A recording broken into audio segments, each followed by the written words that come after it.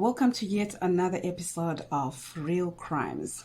So today we are talking about a crime that happened in Africa, and part of it happened in Australia. So in 2014, a lady called Nola was married. I hope I'm getting the name correct. Nola, Noela. So she was married and she had 5 children.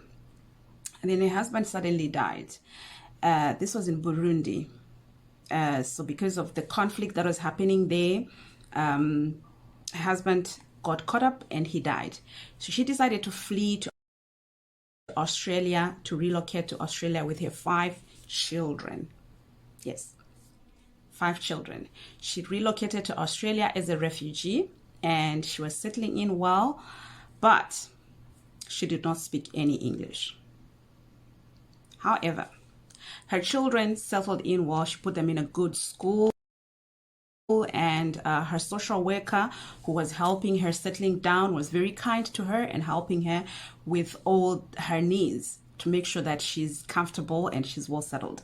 So she would visit the offices of the social worker every now and again to find out what needs to be done and if she has any questions. And where she feels lost, she would go and sit down with the social worker and talk to the social worker. But like I said, she didn't speak any English, so she only spoke Swahili, and they had to find her a translator every now and again. But it so happened that one day while she was visiting her social worker, there was Kalala. Kalala was also a refugee from Congo. Okay? Remember, this is 2014, and this guy was coming from Congo. He already spoke some English and he also spoke some Swahili. So, the social worker decided, well, Mr. Kalala, you are going to be our translator. Welcome development. Anyway, as Kalala was also helping Nola to settle down, because Kalala had come earlier into Melbourne, Australia. So he knew his way around more than Nola. So he started helping her to settle down also with the translation and everything. And somewhere along the line, there was some spark. And the two became lovers. Okay? Kalala said he had fled to Australia from his country, Congo, when there was an attack on his village. And the attack had killed his wife and his son. And so he was a widower and she was a widow. And yeah, they were good together. Kalala was a very kind man, according to Nola.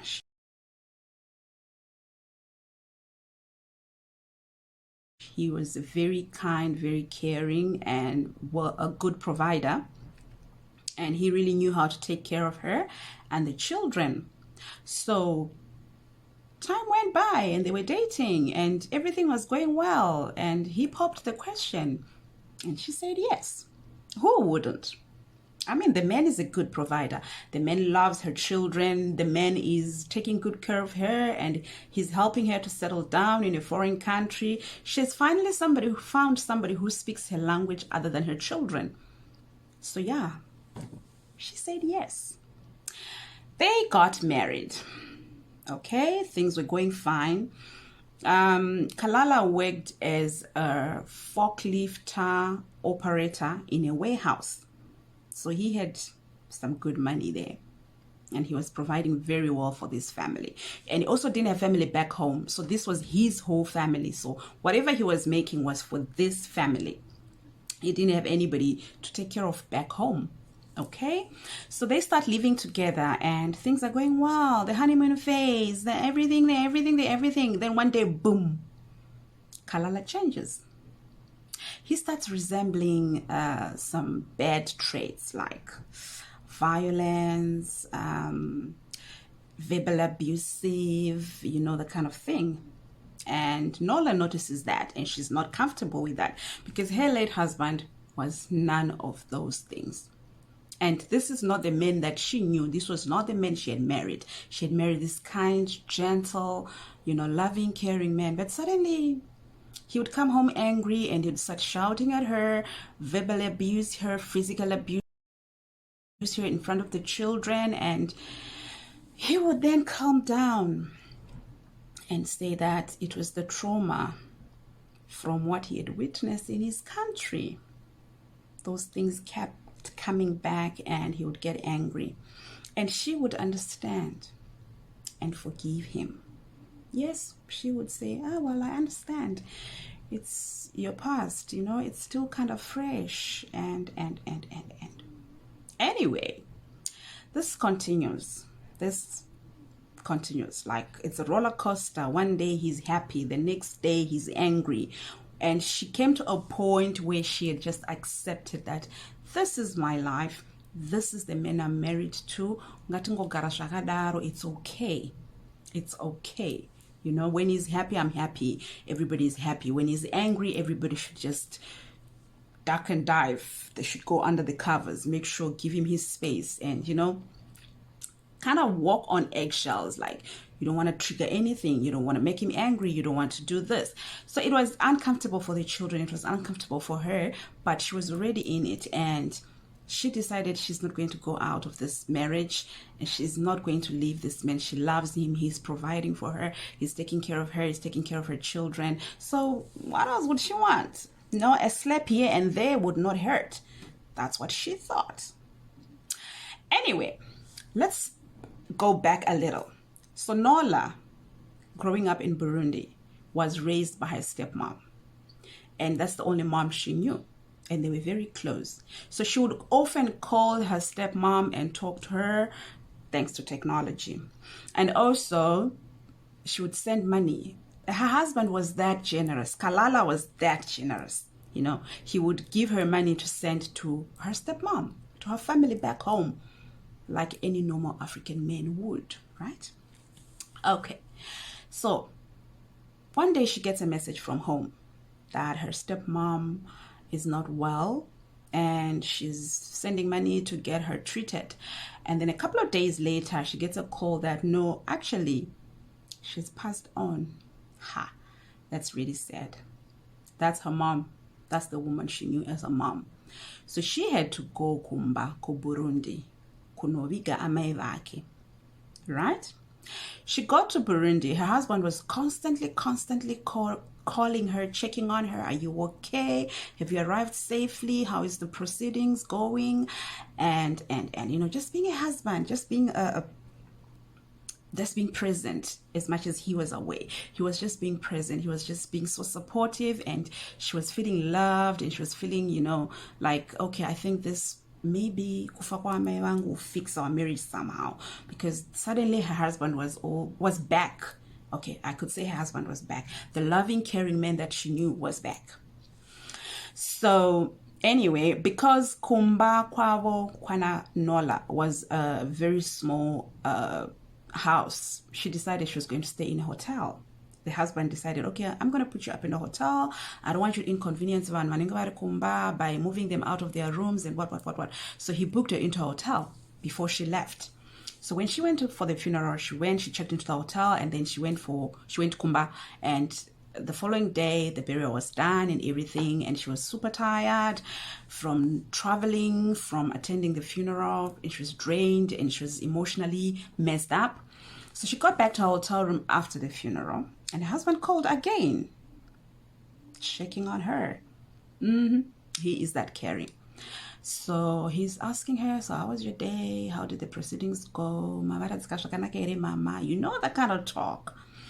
And she's feeling, oh my God, my mom did not die in vain, my husband is back, things are happening and everything.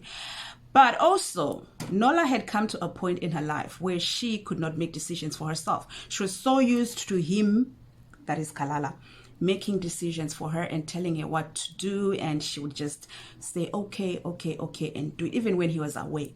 So on that night, he asked her, what are you doing? She said she had just come back from the funeral. She was going to take a bath and then crawl into bed. She really needed the rest. And he said to her, no, honey, take a walk outside the hotel, see the city, catch some air, just clear your head. Because Nola was so used to being told what to do, she said, yes, sir. She did exactly that. So she decides to take a shower, and then she gets dressed and she goes out to take a walk like the sweet wife that she is, like the obedient wife. Yeah. She goes outside to take a walk. So while she's walking, she sees a man walking towards her, like charging towards her. And she's all confused because suddenly this man stops right in front of her and he pulls out a gun. And he told her to go into the car, which she did. So in her head, she said, she thought, oh, okay, there must be a mistake somewhere because I just got into this country. Obviously, nobody knows that I'm around and I have not offended anybody around here. So there must be a mistake somewhere. So these guys, they made her to put her head on the seat, and they started driving with her.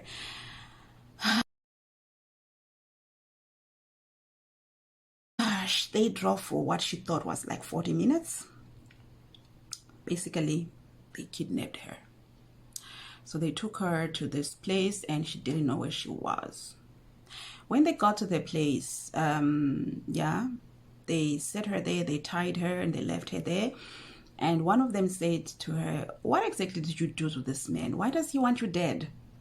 And she's confused again. Like, who? What man? Who wants me dead? Like, where? And how? You know, she's confused. And she's asking these people, like, are you sure they want me dead? And who is this person? And one of the kidnappers said, your husband. Oh, before they asked her, what did you do to this man? They actually called him and told him that they got her. She's all tied up. She's all tagged nicely, neatly tucked away in a hidden place. Nobody will find her. And he just said, okay, go ahead with the plan. And then, so when they asked her, like, what did you do to this man? She was confused. And then eventually they told her, no, it's actually your husband who wants you dead. And she said, nah, there must be a mistake. He could never do that. That man is so loving. That man is so caring. That man has been checking on me every minute of the day, making sure I'm okay. There is no way he would want me dead. And these guys just had to prove the point. So they called him, they put the phone on speaker, and spoke to their boss. And the voice on the other end was her husband's voice. So they said, again, sir, confirm, what should we do with her?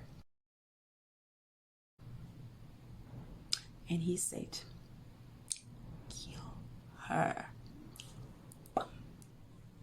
Kill her. Urayai. Ha. And she's hearing that is her husband's voice. And then she starts panicking. She starts, hyperventilating. She can't breathe. She can't do anything. She's confused. Anyway, for a moment there, she didn't know what to do. And she was all confused. And a lot was happening, Eventually, these men said to her, you know what? We do not kill women and children. That's our policy.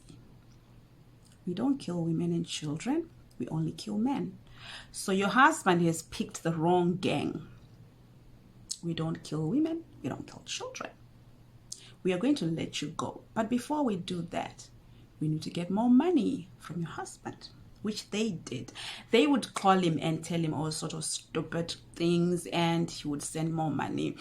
And then they eventually told him, okay, we have done it. So they put her somewhere, they staged the whole thing, took photos and sent to him and said, yeah, it's done. And he sent them more money. And then they started blackmailing him. We have your recordings. We can actually get you arrested. You need to send us more money, which he did. Okay. And eventually when they thought, okay, I think we've gotten enough from him, they decided, okay, we're going to let her go. But they told her that they were not going to leave her at the hotel room. They were not going to take her to a place where she would be able to identify them. They would just drop her somewhere and she must just find her way.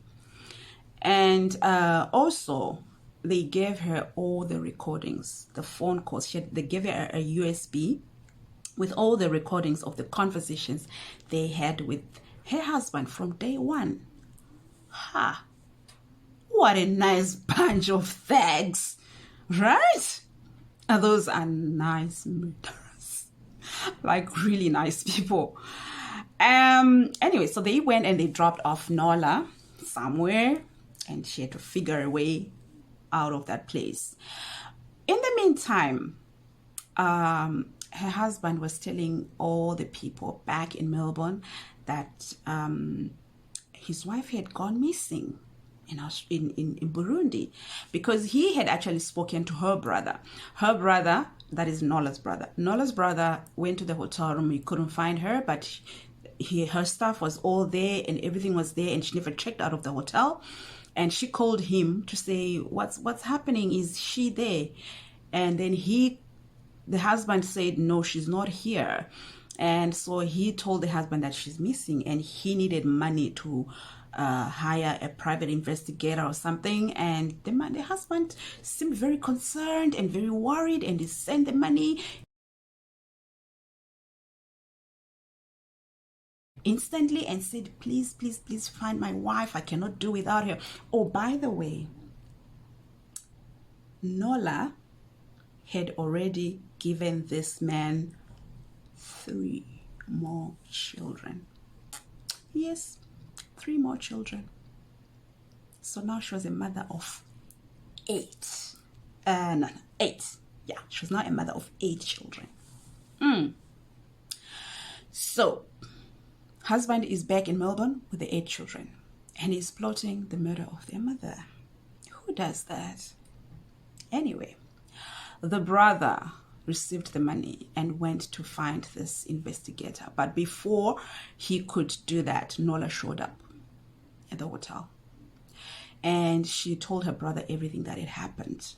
And she told him that he could not breathe a word to anybody. She called her pastor back in Melbourne, Australia, and told him everything. And the pastor was actually getting ready to go and conduct her funeral, because husband had told the whole congregation that his wife, who had been kidnapped in Burundi, had actually died. She had passed on. She had been bombed by the kidnappers. Yeah. So pastor was on his way, was getting ready to go and conduct a funeral service. And this deceased is busy talking to him and trying to convince him not to say anything and to continue with the funeral service. Yeah, which he did. Eventually, the pastor and his wife agreed that they were going to be part of this plot to get the men to confess and to be sentenced to whatever, to be brought to justice, basically. So they went to the funeral. He did conduct the funeral, and they also organized for flight tickets for Nola to come back into the country, which she did. And in February of 2015, Nola came back into the country, and then that was also a day before her funeral. So she got into the country and she settled into a hotel, and she was very vigilant to make sure nobody sees her, nobody that she knows sees her. And the pastor had people like protecting her and taking her to a hotel, and he was not seen anywhere near her also, because he didn't want to, like blow her cover. So it was like people that are total strangers that were told to go and pick her up from the airport, make sure she's settled in a hotel, and make sure that nobody sees her. In the evening, a driver picked up Nola and took her to her house. And when she got to the house, it was after 7 in the evening, and the husband was like walking people to their cars, like people that had come for the funeral. He was bidding them farewell and thanking them for coming to be with him at such a difficult time. And when the last visitors left, the husband went and sat outside. He didn't go inside the house. He just sat outside. And Nola saw that this was her chance. So she walked out of the car and went to the porch, where she found her husband sitting. When the husband saw her, he looked like he had seen a ghost.